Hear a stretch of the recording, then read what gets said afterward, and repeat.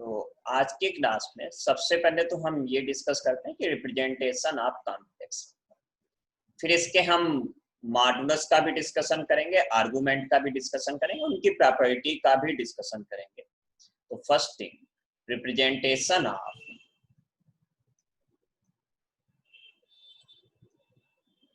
Complex number. तो मान लीजिए किसी कॉम्प्लेक्स नंबर को हमने z से रिप्रेजेंट किया और नेट कर लिया x plus iota.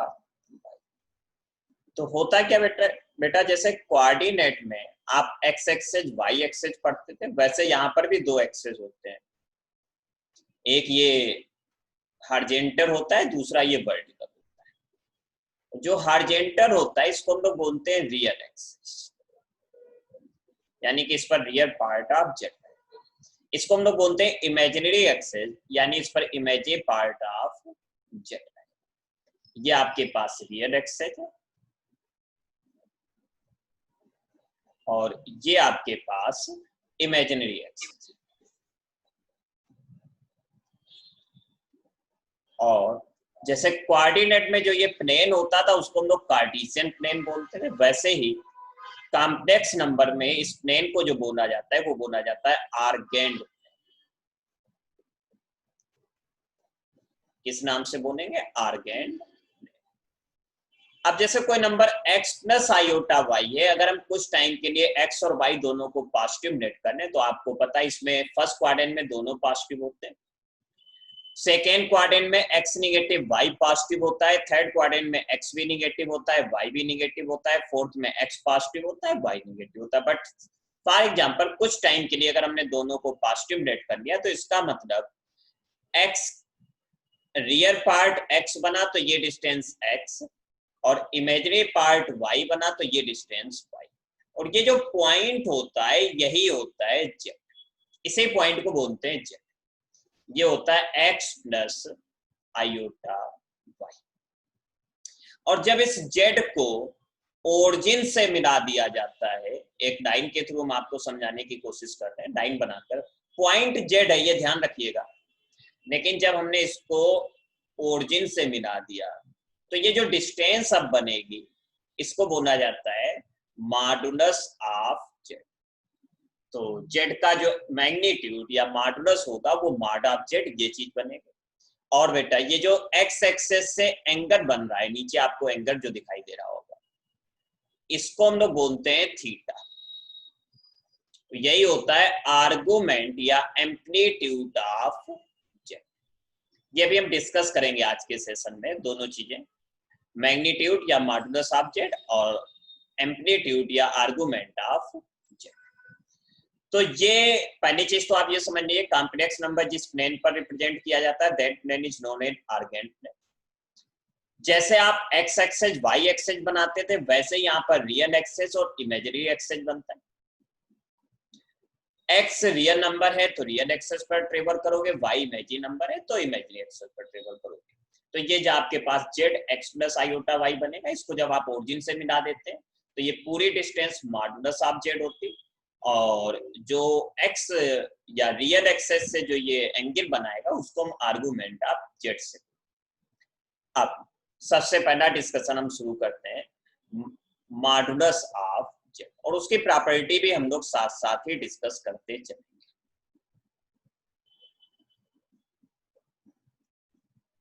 Modulus of a complex.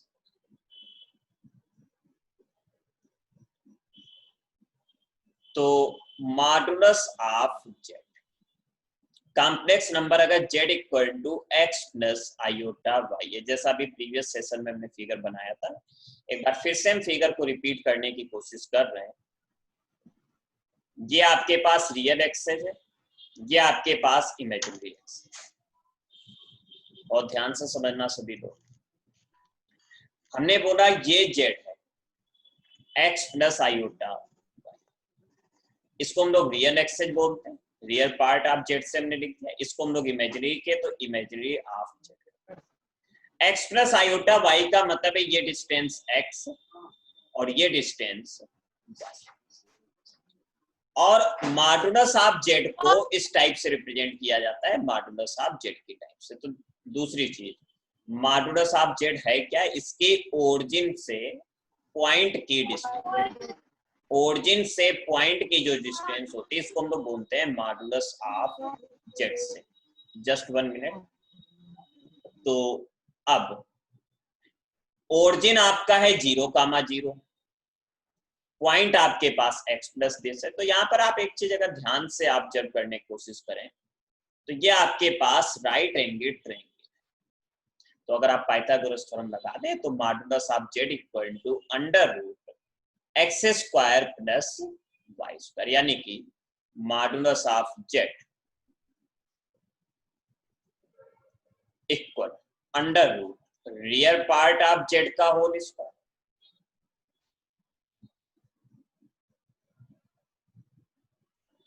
Plus imaginary part of z का होल स्क्वायर। ये आपके पास बन जाएगा। दूसरी चीज, अब हम लोग, ये तो हो गया आपके पास, इसका एक एग्जांपल भी चलिए यहां पर कर लेते हैं। If z equal to 2 + 3 iota then modulus of z equal question. तो modulus of z equal to under real part का स्क्वायर प्लस इमेजिनरी पार्ट का स्क्वायर। तो 4 + 9 इक्वल टू √30। लेकिन जो प्रॉपर्टी डिस्कस होनी है, ये प्रॉपर्टी बहुत ध्यान से समझिए, और एग्जाम में, जेई के एग्जाम में जब आप बैठेंगे तो इसी पर बेस्ड क्वेश्चन आएंगे। तो प्रॉपर्टीज ऑफ मॉडुलस,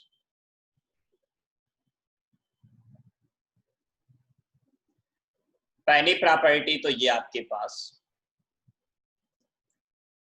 कि मॉडुलस ऑफ जेड या मॉडुलस ऑफ माइनस जेड या मॉडुलस ऑफ जेड बार, ये तीनों मॉडुलस आपस में इक्वल होते हैं और इनकी वैल्यू होती है under root x square plus y square. खैर वैल्यू से हमें मतलब नहीं, हमें प्रॉपर्टी पर फोकस करना है, तो आप इतना रिजल्ट याद रखिए। दूसरी चीज, इनकी अभी हम कुछ की प्रूविंग भी आपको करके दिखा देंगे और बाकी की प्रूविंग फिर आप कर सकते हैं। जेड जेड बार, जेड में जेड बार उसका कॉन्जुगेट का प्रोडक्ट अगर आप करते हैं तो मॉडुलस ऑफ जेड स्क्वायर आता है।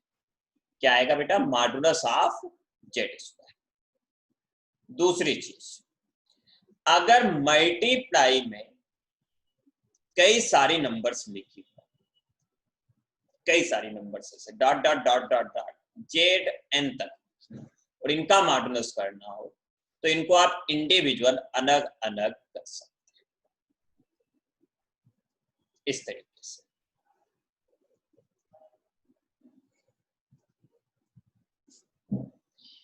इसी टाइप से अगर डिवाइड में, तो इसको हम 2 नंबर में भी करके आपको दिखा दें। अगर 2 नंबर में लिखा हो तो इंडिविजुअल आप 2 नंबर में भी ऐसे अलग अलग कर सकते हैं। डिवाइड में अगर लिखा हो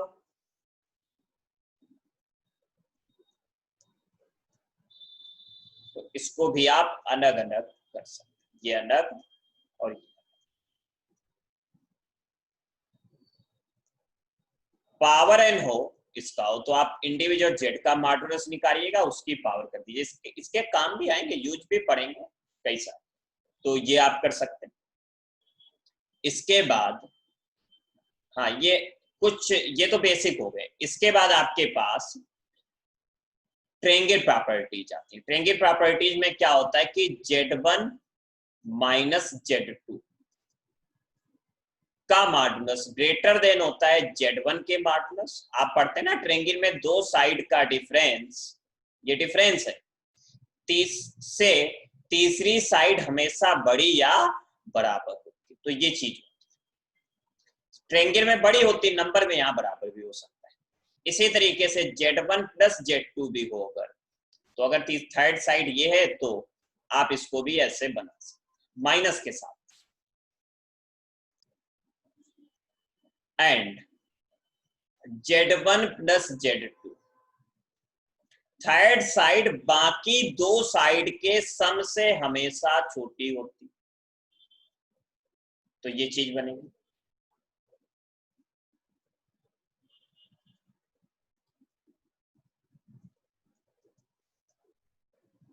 इस तरीके से इन चारों प्रॉपर्टीज को आप नेम दोगे ट्रायंगल प्रॉपर्टीज, और बाकी इनकी प्रूविंग ज्योमेट्री से हम आपको करके दिखाएंगे भी, लेकिन जब हम लोग ज्योमेट्री पढ़ेंगे तब डिस्कस करेंगे। अब कुछ बेसिक प्रॉपर्टीज हम, जैसे ये स्टार्टिंग में हमने नहीं, इसमें हम आपको डिस्कस कर देते हैं। जैसे मान लीजिए फोर्थ को डिस्कस कर देते हैं पहले। तो प्रॉपर्टी नंबर 4 में जैसे हमने आपको क्या बताया, Z1 और Z2 का प्रोडक्ट इक्वल होता है, मतलब मॉडुलस, प्रोडक्ट का मॉडुलस इक्वल होता है इंडिविजुअल मॉडुलस के प्रोडक्ट। तो देखिए बेटा, सबसे पहले आप क्या करेंगे, यहाँ पर आप Z1 को नेट करिएगा। कुछ Z1 को हमने नेट कर लिया, for example x1 plus i/1, and Z2 को नेट कर लिया हमने x2 प्लस i/2। अब हमने Z1 Z2 किया, तो x1 x2 plus iota x1 y2 plus iota x2 y1 individual से पहले हमने इसका प्रोडक्ट दोनों में कर दिया, अब इसका कर दे plus iota square y1 y2। तो Z1 Z2 this equal to x1 x2 minus y1 y2 plus iota x1 y2 plus x2 y1। अब इसका मॉडुलस फाइंड किया, तो मॉडुलस होगा अंडर रूट रियल पार्ट का स्क्वायर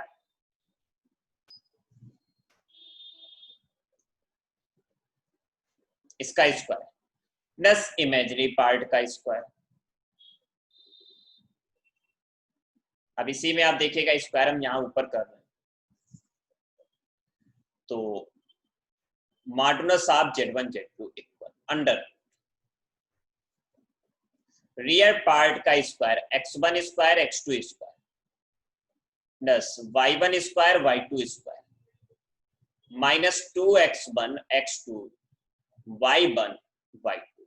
इस साइड करिएगा तो आपको x1 square y2 square plus x2 square y1 square plus 2 times x1 x2 y1 y2, ये आपस में कैंसिल हो जाए। इसमें से जैसे आप इस वाले टर्म से कलर चेंज करके हम टिक कर रहे हैं, इस वाले से x1 स्क्वायर कॉमन लो तो x2 square plus y2 square मिलेगा। इसमें से आप y1 स्क्वायर कॉमन लो तो x2 square plus y2 square मिलेगा। तो अंडर रूट में आप दोनों फैक्टर जब लिखोगे तो आपको इस टाइप के ये फैक्टर मिलेंगे। इनको आप अलग अलग कर सकते हो,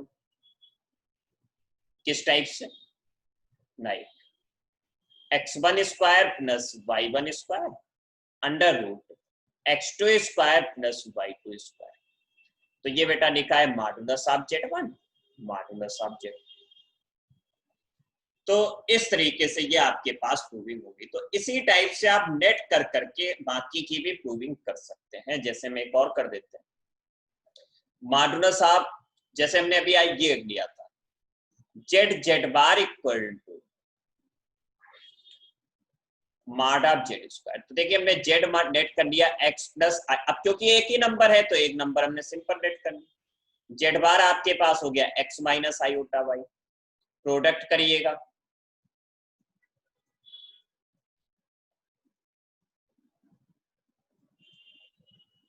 तो x square minus i square y square, i square की वैल्यू -1 होती है तो x square plus y square.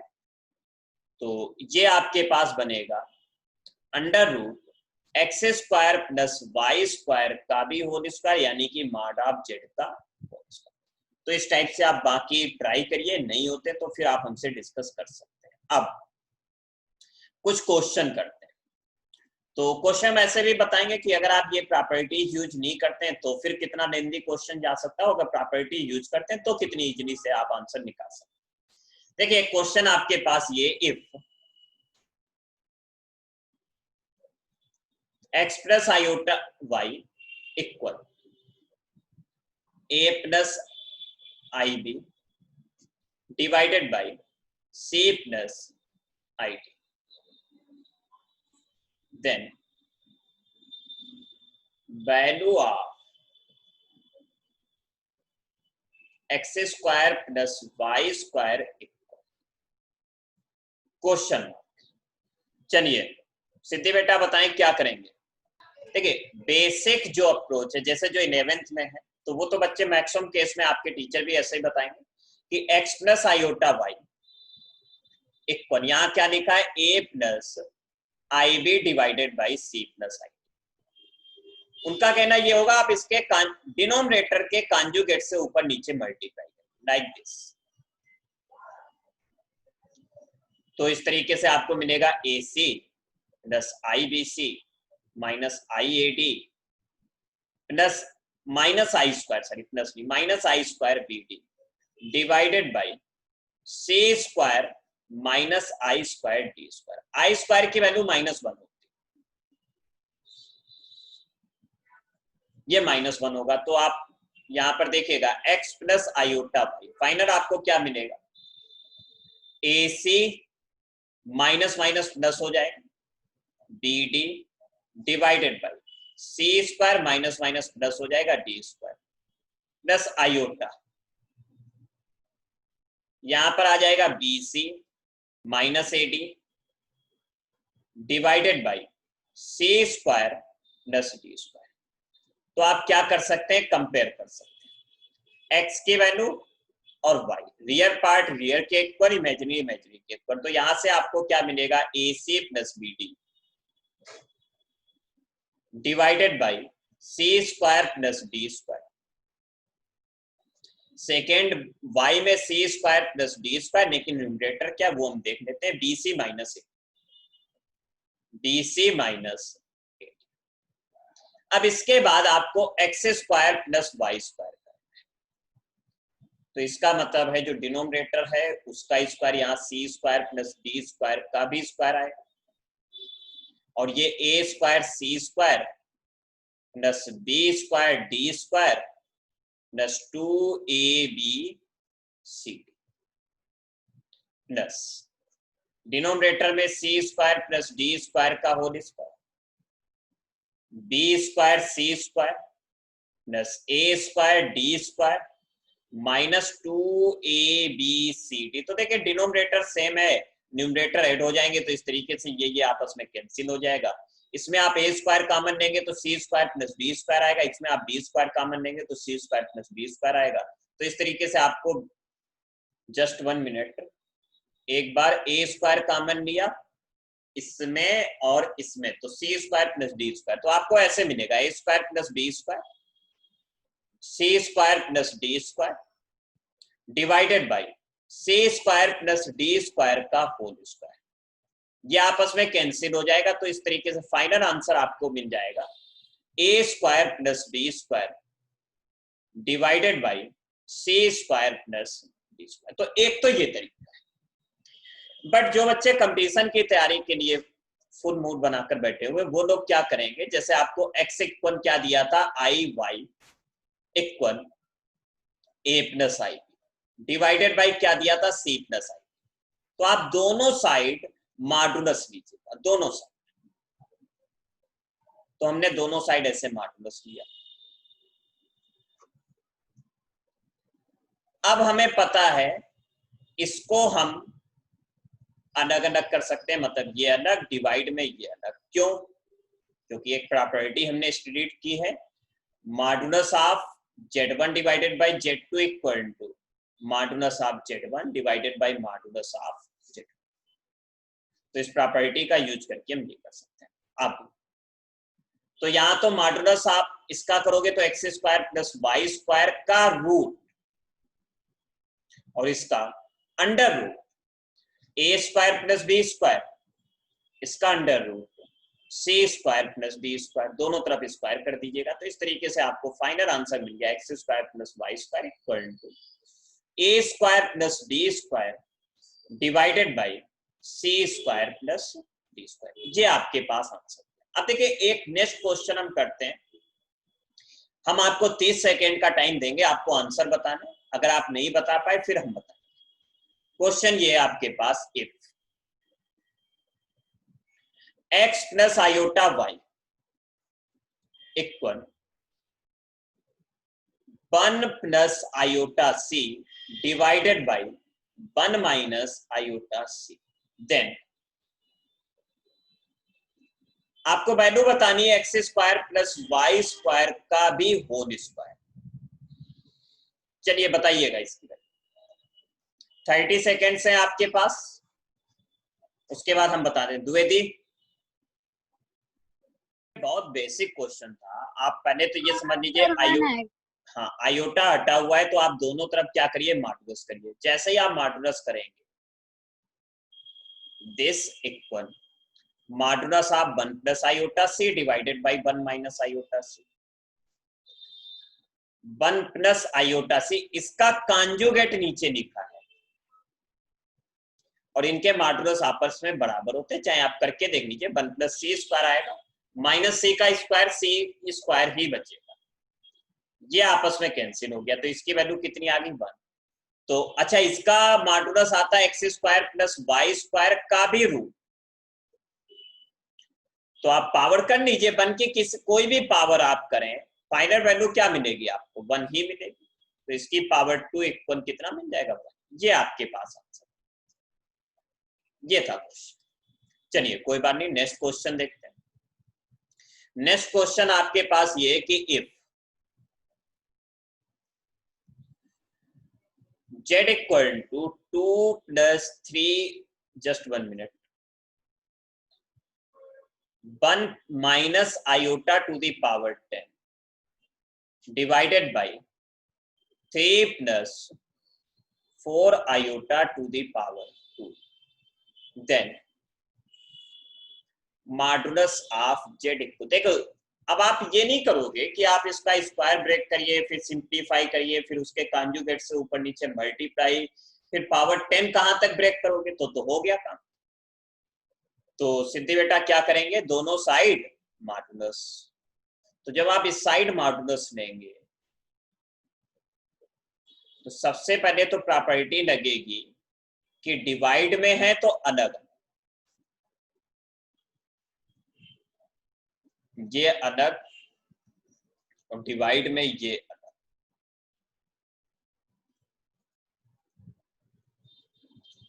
अब पावर को भी हम अलग अलग कर सकते हैं। यहाँ पर प्रॉपर्टी लिखते जाना साइड से आप लोग, जैसे हम यहाँ पर चलिए लिख देते हैं। यहाँ पर हमने क्या लगाई, modulus of z1 divided by z2 equal to modulus of z1 divided by modulus of z।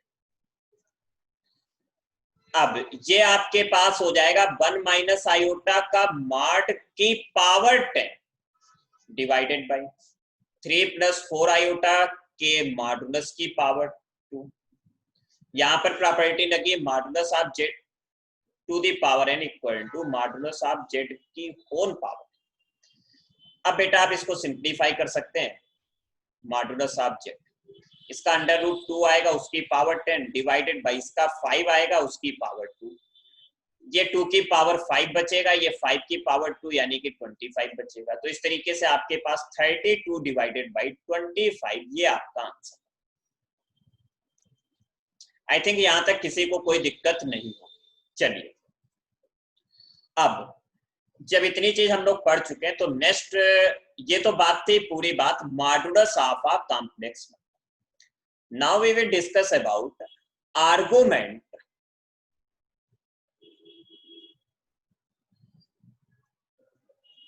और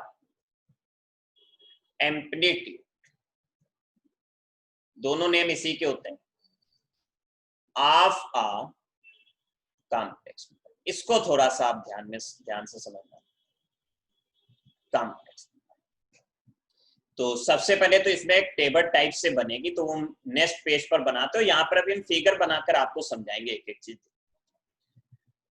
तो सबसे पहले मैं एक टेबल बनाने की कोशिश करते हैं आपके पास। फिगर हम वहीं पर बनाएंगे और टेबल में फिर हम रिजल्ट लिखेंगे फाइनल। तो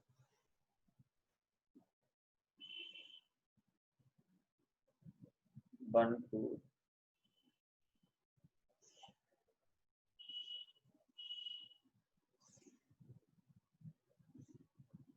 या चलिए फिगर भी हम अलग अलग करते चलेंगे। यहाँ पर एक फिगर में वहां पर हम आपको समझा देंगे, तो यहाँ पर हम फिगर भी अलग अलग बनाते हैं। एक सेक्शन तो ये जाएगा, हमें 4 सेक्शन चाहिए। थोड़ा सा ध्यान देना बस आप, तो जस्ट 1 मिनट, उसको थोड़ा ऊपर कर देते और इसी टाइप से इसको थोड़ा ऊपर। ये 4 सेक्शन अपने पास तैयार हो गए। यहाँ पर हम लोग ऐसे लाइन भी बना देते हैं।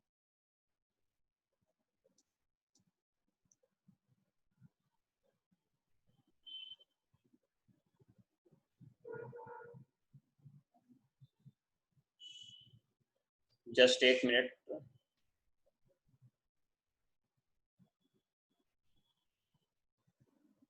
एक्स के लिए, वाई के लिए, यहाँ पर हम लोग क्वाड्रेंट डिसाइड कर लेंगे कौन सा होगा। यहाँ पर उसी के हिसाब से हम लोग फिगर बना लेंगे। यहाँ पर हम लोग एल्फा निकाल लेंगे और यहाँ पर हम लोग थीटा देंगे। चलिए, तो क्या क्या है, ये एक्स है, ये वाई है, उसके हिसाब से हम लोग क्वाड्रेंट देखें। यहाँ पर हम लोग फिगर बनाएंगे, यहाँ पर हम लोग एल्फा हमेशा फाइंड करेंगे, फिर यहाँ थीटा। और ये जो थीटा है यही आर्गुमेंट आप। तो देखिए फर्स्ट क्वाड्रेंट के हिसाब से दोनों पॉजिटिव होंगे तो फर्स्ट क्वाड्रेंट का केस होगा। X negative y positive second quadrant का केस होगा। दोनों नेगेटिव तो थर्ड क्वाड्रेंट का केस होगा। और x positive y negative fourth quadrant का केस होगा। उसी हिसाब से हम लोग फिगर भी बना लेते हैं, फिर वहां पर अभी पूरा मैं एक्सप्लेन भी आपको कर देंगे। तो फिगर के लिए जरा कलर चेंज कर लेते हैं। ऐसे ही पेन से ही बना दे रहे बेटा, ध्यान से समझिए। अब यहाँ पर कॉम्प्लेक्स नंबर फर्स्ट क्वाड्रेंट में तो ये, तो यही आपके पास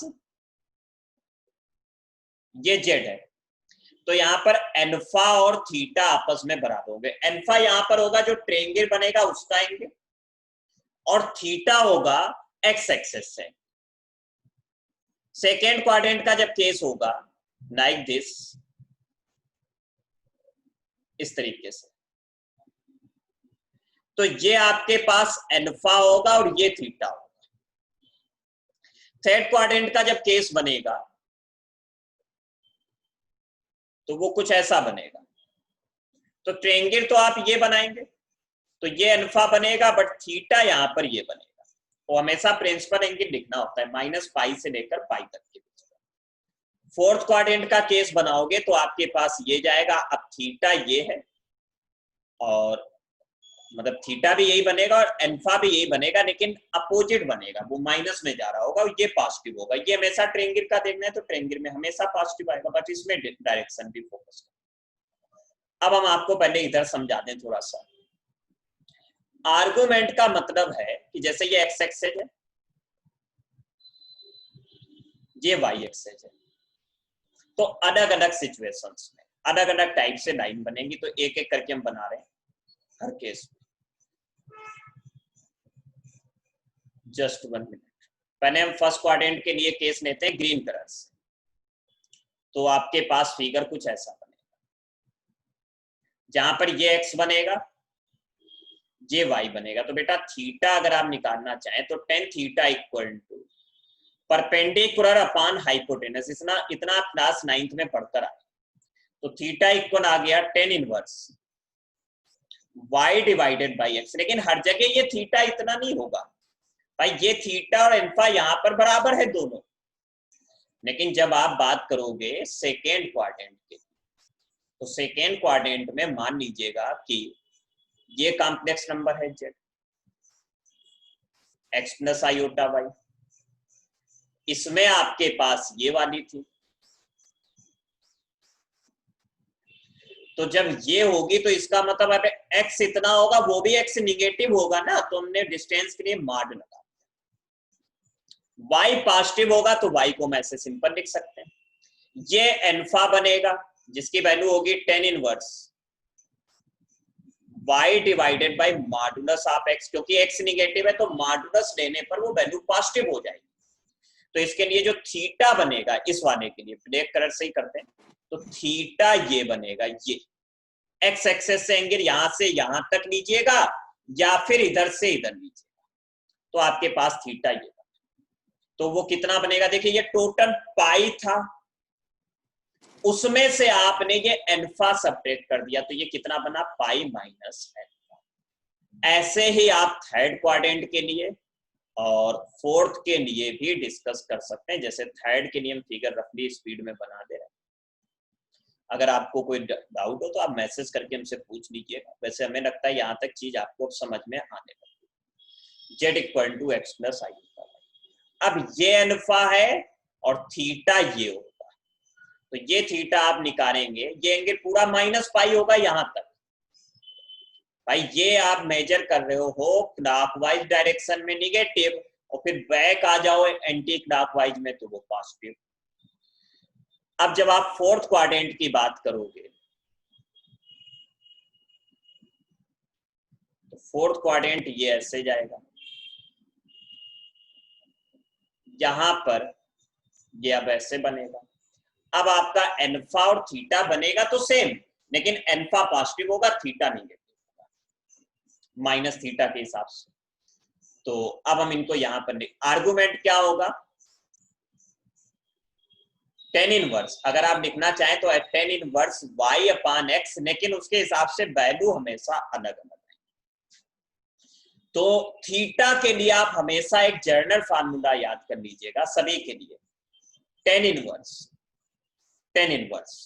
ब्रैकेट में modulus of y divided by modulus of, मतलब जो भी साइन हो उसको हटा दीजिएगा और थीटा निकाल लीजिएगा। अभी हम क्वेश्चन भी करा देंगे। अब एल्फा निकाल लीजिएगा, ये 10 है बेटा, 10।